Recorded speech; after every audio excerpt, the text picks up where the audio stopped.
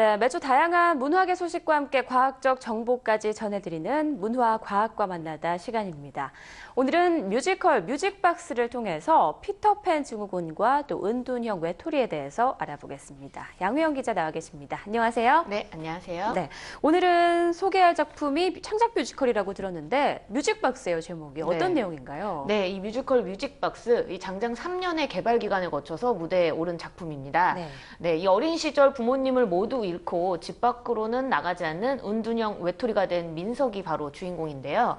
이 엄마의 자장가가 녹음된 뮤직박스가 부서진 뒤에 아주 오랫동안 잠들지 못했던 민석은 돌아가신 어머니의 목소리와 똑같은 목소리를 가진 아이돌 가수 하나를 납치하게 됩니다. 이 두 사람은 민석의 장난감 친구들과 함께 지내면서 이 서로의 상처를 치유하게 되는데요. 이 작품에서는 결국 아이들이 이 각자의 가지고 있는 아이들의 틀을 깨고 진정한 어른으로 성장하는 이야기를 그렸습니다. 이 작품에서는 이 약점을 보완한 아주 특별한 장난감들이 등장하는데요. 이 장난감들 덕분에 환상과 현실의 경계를 모호하게 만드는 것도 이 작품의 특징이기도 합니다. 네, 약점을 보완한 장난감이라고 말을 해주셨는데요. 언뜻 이해가 잘 안 되는데 뭐를 보완했다는 거죠? 네, 예를 좀 들어드릴게요. 네. 이 뮤직박스에 나오는 장난감 중에 백설공주가 있습니다. 이 장난감 백설공주는 일반 백설공주랑 다르게 특이하게 은색 망토를 쓰고 있고 또 입술에는 은색 립스틱을 바르고 있는데요. 이 민석은 마녀의 독사과 때문에 늘 그 독살당할까 걱정하고 있는 백설공주를 위해서 음식의 독이 바로 알 수 있도록 은을 발라주고 은망토를 씌워준 겁니다. 네. 이런 식으로 참새에게 뇌를 쪼이는 허수아비를 위해서 CPU를 머리에 달아줬고요. 이 거짓말 때문에 코가 늘어나는 피노키오에게는 거짓말을 하기 전에 거짓말을 알 수 있는 거짓말 탐지기를 달아줬습니다. 네, 현대 기술 발전에서 이렇게 적용을 한 독특하고 그렇죠. 좀 기발한 아이디어네요. 네, 맞습니다. 네, 그런데 주인공 직업이 장난감 디자이너긴 하지만 이 장난감을 친구 삼아 함께 사는 것 같은 그런 설정은 조금 특이한데요. 또 마치 영원히 동화 속 세상에 살고 싶어하는 좀 피터팬이 떠오른다는 느낌도 드네요. 네, 맞습니다. 영원히 어른이 되지 않는 이 네버랜드에 살고 있는 피터팬 같죠. 이 네. 주인공이 이 피터팬이라는 어떤 심리 상태를 비슷하게 가지고 있는데 일반적으로 피터팬 같은 그 사람 또 혹은 심리 상태를 가지고 있으면 피터팬 증후군이라고 부릅니다.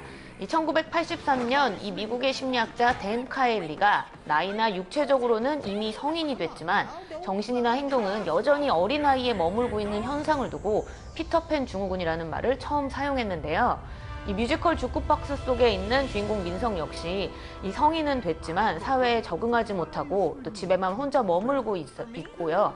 또 장난감은 실제 친구처럼 대하는 등 이 어린아이 같은 사고나 행동을 보이고 있기 때문에 이 피터팬 증후군이 있다고도 볼 수 있죠. 네. 그런데 또 주인공이 한편으로는 은둔형 외톨이 히키코모리잖아요. 네. 작품에서는 뭐 동화적인 감성으로 접근을 했기 때문에 그렇게 무거운 느낌은 없는데요.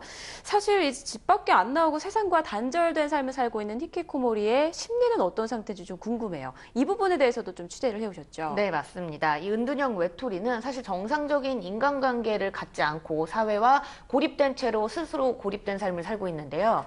이 가정폭력이나 집단 따돌림, 실직이나 이혼 등 이 개인적인 문제가 대부분의 원인이긴 하지만 사실 그 원인들을 가지고 있다고 해서 모두 다 히키코모리가 은둔형 외톨이가 되는 건 아니잖아요. 네. 이러한 이 불안한 심리 상태를 쉽게 벗어나지 못하는 경우 또 극복하지 못하는 경우에는 우울증이나 대인기피 현상으로 이어지게 됩니다. 이때는 우리나라처럼 사회적 안전망이 허약한 상태에서 정서적으로 의지하거나 도움받을 수 있는 곳이 별로 없으면 이 세상을 거부하게 되고 방 안에만 틀어박히게 되는 은둔형 외톨이가 되는 겁니다. 네. 이들의 이 심리적 고통은 점점 커지게 될 텐데 자살 충동 같은 걸 느끼게 되는 어떤 결과로 이어지다가 그게 실제로 이루어지지 못할 경우에는 이 자신의 어떤 피해 망상이나 피해 의식 같은 것들을 타인으로 외부로 이 화살을 돌리게 됩니다. 스스로를 네. 방어하기 위해서요. 그러다 보면은 일명 묻지마 범죄와 같은 어떤 현상이 일어나게 될 수도 있거든요. 네, 그렇군요. 은둔형 외톨이들의 마지막 선택이 묻지마 범죄와 같은 정말 극단적인 결과를 만들어낸다는 게 좀 무서운데요. 자, 오늘 소개한 작품 속 주인공이 장난감 친구가 아닌 실제 사람을 만나서 상처를 치유하는 또 성장하는 모습처럼 소통이 얼마나 중요한지에 대해서 다시 한번 좀 생각을 하게 되는 것 같네요. 오늘 또 작품 소개와 함께 또 덧붙여서 여러 가지 말씀해 주신 거 고맙습니다.